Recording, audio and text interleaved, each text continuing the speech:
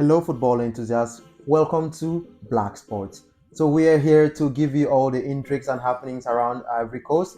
Today is match day 9, and we had several games that swept a lot of people off their feet. Yeah. So we are here to give you all the post-match analysis as it happened at all the games. So my name is Ike Wise, and with me here is Insonet Uche.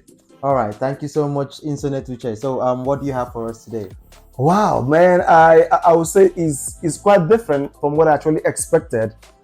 Starting from the score line. Before I dive into a particular match that actually caught my attention, let me give you the overview of today's game. Yeah. We have South Africa and Namibia having 4-0, and in favor of South Africa, and Zambia and Tanzania having a 1-1 score line, and you have Morocco and Congo DR on a stalemate 1-1.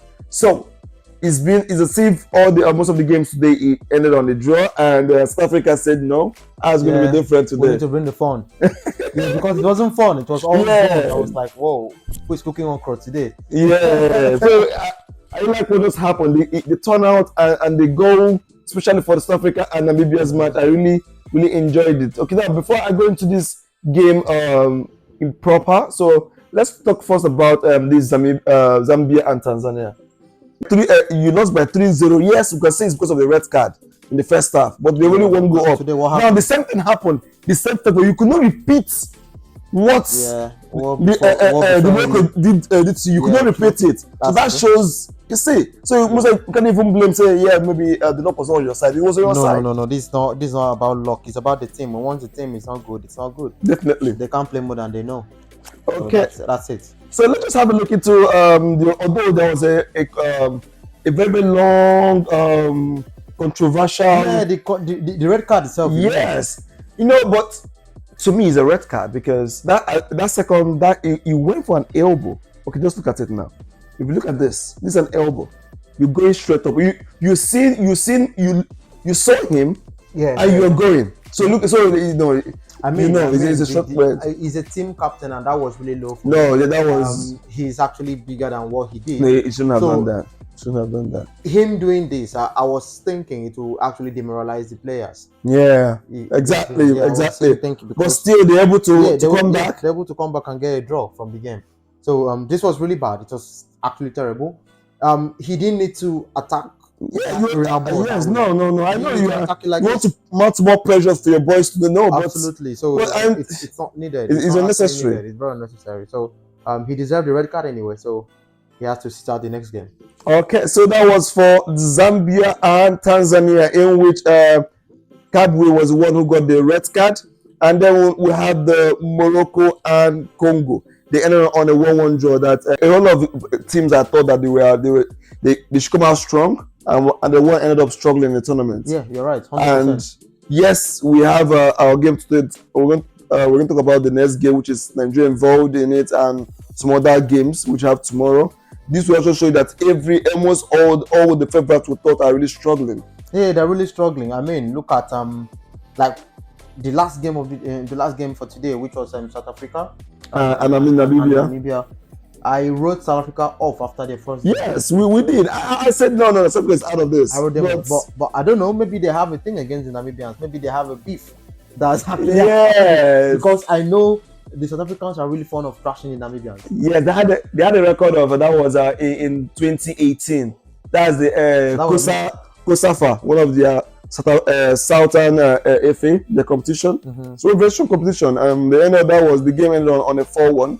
4-1 win. South Africa. Yeah, 7-1. So this they're used to having 4 goals. They're used to that goal margin. It's almost 5 years now. They really took the game to the Namibians. Yes. They outplayed. I mean, the football I saw today, they were more like the players have been playing for a long time. The synergy, the passes, it was too easy. The through passes, everything was just clicking. It was too easy for them. It was like an easy win, but I mean that was a well-deserved win for South Africa. So yeah, I'm keeping my fingers crossed so that I'll see what they will do in the third game. So now look at that third game. That's where I'm actually going with this, because you have Mali on 4 points, South Africa on 3 points, Namibia on 3 points, and Tunisia on 1 point. I know their next game now is going to be South Africa is going to be facing Tunisia, and you have Namibia going to face Mali. Now Mali needs also a draw to qualify, but that will not even cut it, because having a draw, you don't know what the other game is going to play, so they need a win. Yeah, but in terms of that, Everybody need a win. anybody that has 5 points in any group has qualified. Definitely, I'm 100% sure of that. Yes, 5 points is actually a good one. So Mali need to get that draw. they need a draw to qualify. Yes. Then, But Mali, they're playing Namibia, and Namibia has 3 points. So Namibia will also be looking at winning because so that they can qualify. You understand what I'm saying? Then they win. The country that really has a lot to lose, like they must fight for their life, is Tunisia. They need to fight as if their life depends on it. So they must win. It's an open group. Yes, it's really open. They really need to win that game, but South Africa will not. It's an open game because if Tunisia should win South Africa is already on 3 points. So if they win them, they mean they don't have 4 points. And because of head to head, they should actually be if they win, South Africa has only 3 points, mind you. So South Africa has 3 points, right? Yes. So if Tunisia should win, that's 4 points. 4 points. That's out. Then so Namibia between Namibia and Mali. So no calculation there. I know for sure that Mali won't lose that game. The max that will happen will be a draw. Yes. Yeah. Okay. And if it's a draw, both of them will get one will get 5 points, one will get 4 points. Yeah. So let's see how it goes.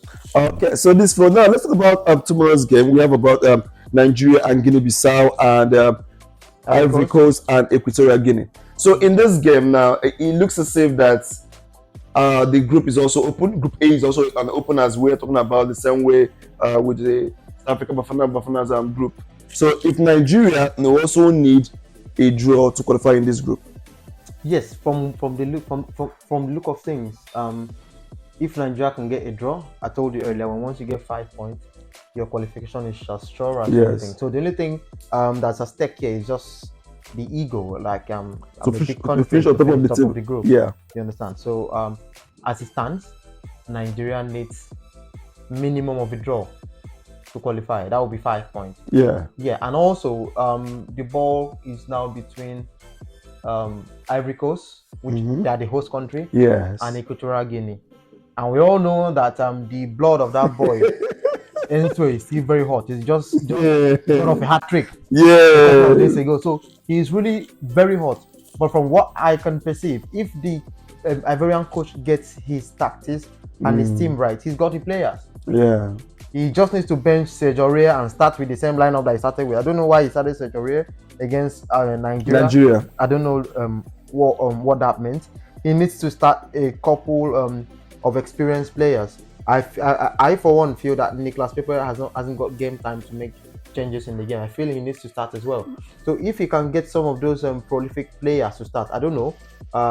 I feel that they should be able to win Equatorial Guinea, and if they win Equatorial Guinea, they will get 6 points. Yes. That means Nigeria must win to get 7 points on top of the group. Exactly. And from the look of things, Guinea-Bissau, we've met them 3 times.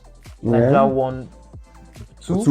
And the Guinea-Bissau players country rather 1-1.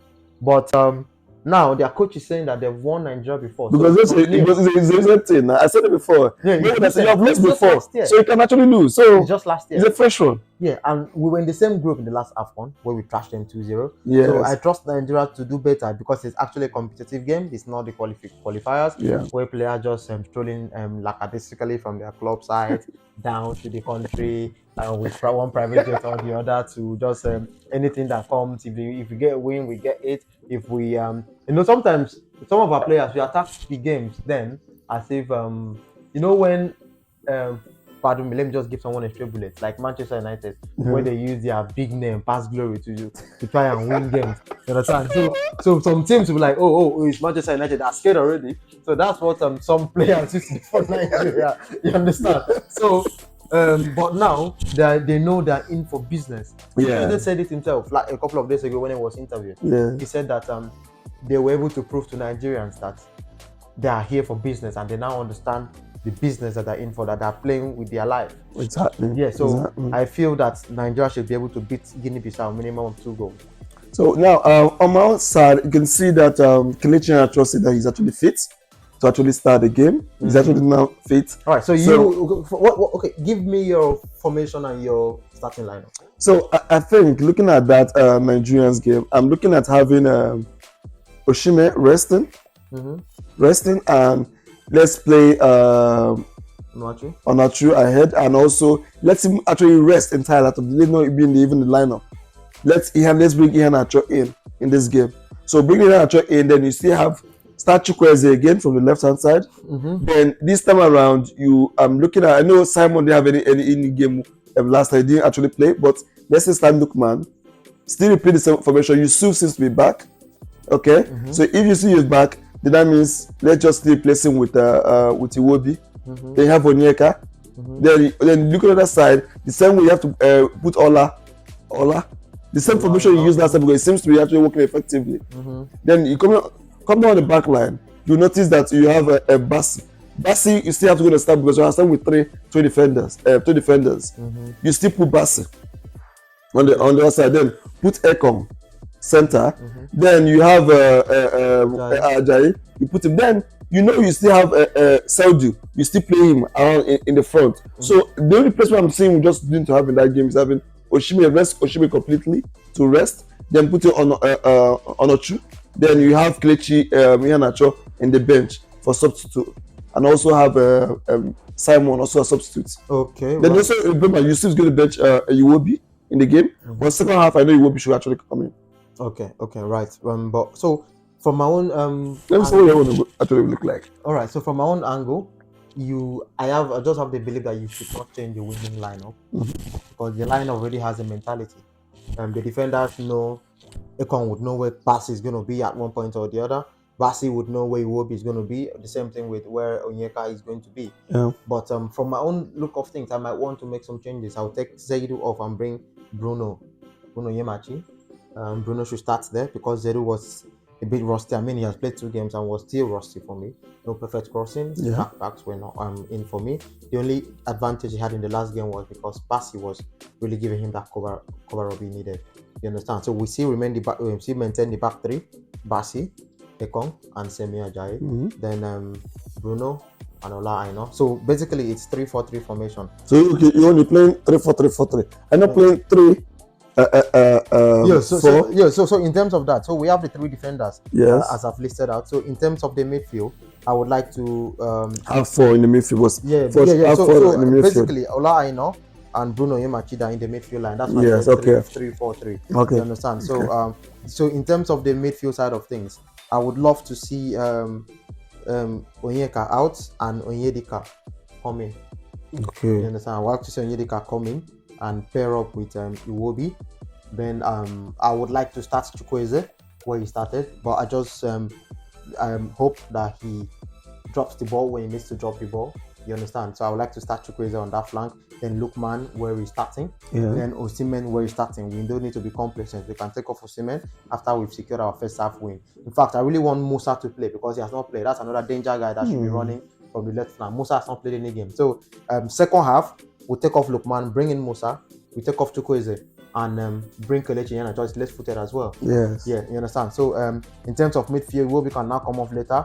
If Yusuf is fit, I don't expect him to start. He can come in because we need to mark him because one time about that midfield, you need someone who can actually mark. Yes. This game is because all the things actually that last game. Yes, you saw that they need to fall back, but we need somebody to not bring the pressure down to the definitely. defense. So I feel, we've not seen Yusuf play before, and he came in and gave us a blockbuster. So I feel Onyedika should also be given. Yes, Onyedika. Yeah. I mean, this is a game we should see. The problem is not the last game we played. We didn't have a problem with the defense and the midfield. Yes, it was just we had we're not converting from the final. Yes, that just it. But we're not converting. So basically the conversion. We need to try and convert as much goals as possible because we are far behind in terms of goal difference. So that if it comes to that, we'll still have an edge over Equatorial Guinea. Exactly. We need, like you say with South Africa, if you say we can team, take the goal up, take it up, take it up. Happens. Score your goals and you complain later.